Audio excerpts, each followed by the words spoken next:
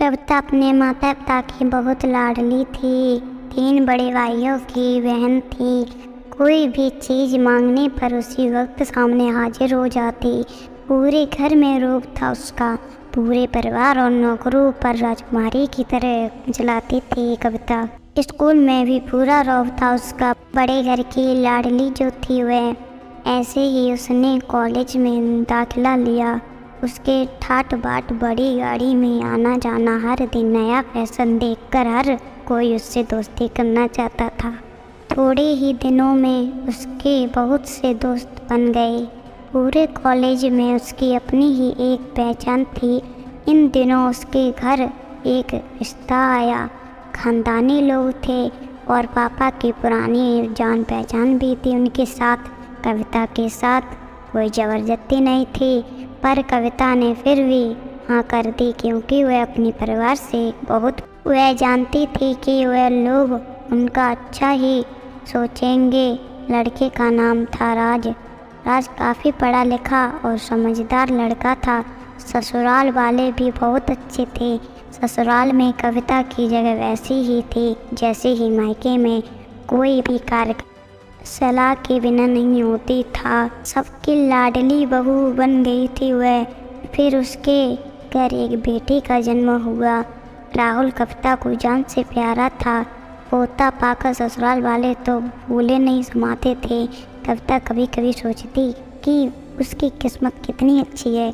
उसका हर अपना उसे कितना प्यार करता है। चाहे जीवन में कैसा भी समय आए, मेरे अपने हमेशा मेरे साथ हैं। मैं कभी अकेली नहीं हो सकती। कितनी खुशकिस्मत हूँ मैं। पर शायद कविता की खुशियों को अपनी ही नज़र लग गई थी। एक दिन वह मायके जाने की जिद कर बैठी। राज को बहुत काम था, लेकिन वह फिर भी उसे ले गया।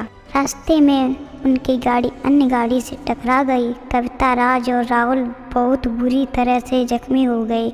काफ़ी दिनों के इलाज के बाद राज और राहुल तो ठीक हो गए, लेकिन कविता पूरी तरह ठीक ना हो सकी। सर पर चोट लगने के कारण वह अपनी आंखों की रोशनी खो बैठी। अब कविता की किस्मत जैसे उल्टे पांव चलने लगी। मायके वाले कुछ दिनों तक उसे मिलने आते रहे, फिर कभी कभार फ़ोन ही करके पूछ लेते कि अब कैसी हो। धीरे धीरे ये सिलसिला भी कम हो गया। ससुराल वालों की सहानुभूति भी कम होने लगी। घर में किसी को पास बैठने के लिए कहती तो जवाब मिलता, बहुत काम है, अब तुम भी हाथ नहीं बटा सकती। राज भी चिड़चिड़ा हो गया था। बस राहुल ही था उसके साथ, जिसके साथ हंसते खेलते उसका वक्त गुजरता। एक दिन कविता के हाथ से कुछ सामान गिर गया, जिसकी वजह से राहुल को हल्की सी चोट लग गई। कविता के सास ससुर ने राहुल को उससे अगल कर दिया कि कहीं जाए। कविता अंदर से टूट चुकी थी। एक दिन उसने सबके सामने मायके जाने की इच्छा रखी तो राज उसे तुरंत मायके छोड़ आया, जैसे कि वह भी यही चाहता था, लेकिन राहुल को उसके साथ नहीं भेजा गया। कविता कभी राहुल से दूर नहीं रहती थी, पर अपनी कमी के कारण उसने ज़्यादा बहस। कविता को लगा कि वह 3-4 दिन वहाँ रहेगी तो थोड़ा हवा पानी बदल जाएगा, क्योंकि वह कितने दिनों से कभी भी बाहर नहीं गई। घर वाले भी कितने दिनों बाद उसे देखकर कितने खुश होंगे। कविता के पहुँचने पर सब लोग बहुत खुश हुए। खाने में सब कुछ कविता की पसंद का ही बना था। उसने अपने मम्मी पापा और भाई भाइयों से दिल खोल कर बातें की। उनके छोटे छोटे बच्चे भी बुआ के साथ घुल मिल गए थे। रात को सोने के वक्त जब वह कपड़े बदलने गई तो उसे पता चला कि उसका बैग तो बहुत भरा हुआ है। वह सब समझ गई। वह बहुत उदास हो गई।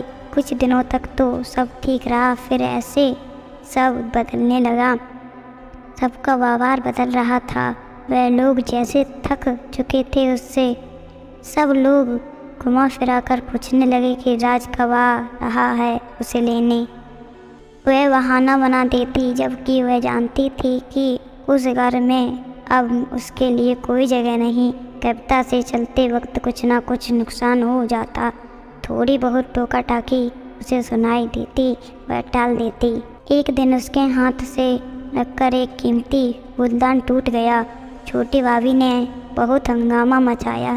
कविता के माता पिता रोज रोज के झमेलों से तंग आ गए थे। उन्होंने राज को खुद से फ़ोन कर दिया, राज, कविता को अपने घर ले जाओ। कविता को अपने परिवार वालों से ये उम्मीद न थी। जिस कविता के कहे बिना घर में वह अब बोझ बन चुकी थी। राज के साथ ससुराल आते वक्त वह बहुत खुश थी, क्योंकि वह अपने घर जा रही थी, अपने जिगर के टुकड़े राहुल के पास। परंतु यह खुशी भी कुछ पल की ही थी। सारा बंदोबस्त पहले ही किया हुआ था। कविता को सीधे ऊपर वाले कमरे में पहुंचा दिया गया। राहुल से दूर रहने की सख्त चेतावनी दी गई। एक कामवाली लता को उसकी जिम्मेदारी सौंपी गई तो उसके खाने पहनने जैसी ज़रूरतों का ध्यान रखती। कविता ज़्यादातर चुप ही रहती। कभी कभी कामवाली लता से थोड़ा बतिया लेती। उसके जरिए राहुल का पता चल जाता। सबकी लाडली बेटी और बहू सबके लिए लाडली से बोझ बन चुकी थी।